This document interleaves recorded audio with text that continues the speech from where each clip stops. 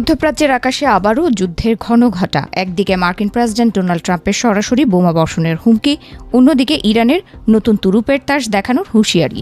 তাই পাকিস্তানের ইসলামাবাদে প্রস্তাবিত শান্তি আলোচনা কি তবে শুরু হওয়ার আগেই ভেস্তে যেতে বসেছে? শান্তির আশা কি তবে নিছকই মরীচিকা? মার্কিন প্রেসিডেন্ট ডোনাল্ড ট্রাম্প সাফ জানিয়ে দিয়েছেন, বুধবারের মধ্যে যদি কোনো রফা সূত্র না মেলে তবে মধ্যপ্রাচ্যের আকাশে আবারও গর্জে উঠবে যুদ্ধবিমান। পিবিএস নিউজকে দেয়া এক সাক্ষাৎকারে ট্রাম্পের স্পষ্ট বার্তা, চুক্তি না হলে শুরু হবে ভয়াবহ বোমা বর্ষণ। হোয়াইট হাউসের হুমকির জবাবে তেহরানও কিন্তু পিছু হটার পাত্র নয়। ইরানের প্রভাবশালী স্পিকার এবং শীর্ষ আলোচক মোহাম্মদ বাঘের গালিবাফ সোশ্যাল মিডিয়ায় এক পোস্টে রীতিমতো ঝড় তুলেছেন। তার দাবি, গত 2 সপ্তাহে ইরান যুদ্ধের ময়দানে দেখানোর জন্য একদম নতুন কিছু তুরুপের তাস প্রস্তুত করেছে। এই উত্তেজনার আগুনে ঘি ঢেলেছে গত সপ্তাহের একটি ঘটনা। হরমুজ প্রণালীর কাছে ইরান পতাকাবাহী একটি জাহাজ মার্কিন বাহিনী জব্দ করার পর থেকেই পরিস্থিতি হাতের বাইরে চলে যায়। তেহরানের দাবি, এটি শুধু সমুদ্র সীমা লঙ্ঘন নয়, বরং চলমান যুদ্ধবিরতির সরাসরি অমর্যাদা।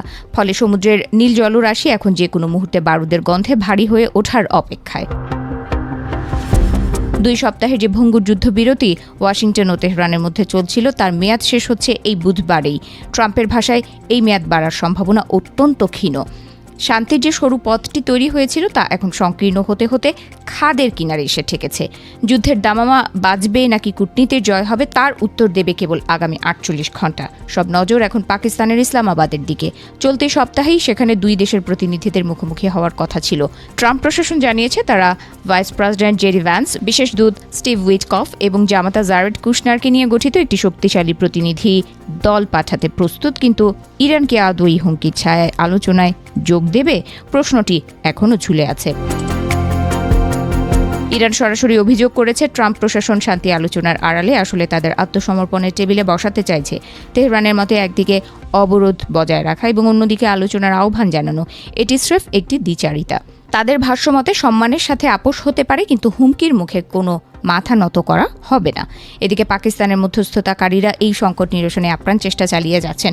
ওয়াশিংটন পোস্টের এক রিপোর্ট অনুযায়ী মধ্যস্থতাকারীরা ট্রাম্পকে অনুরোধ করেছেন তার কঠোর বাক্যবাণ নিয়ন্ত্রণে রাখতে। এই আলোচনাকে যাতে 2 পক্ষের জন্যই উইন উইন বা জয় জয় পরিস্থিতি হিসেবে দেখানো যায়, সেই চেষ্টাই চলছে পর্দার আড়ালে।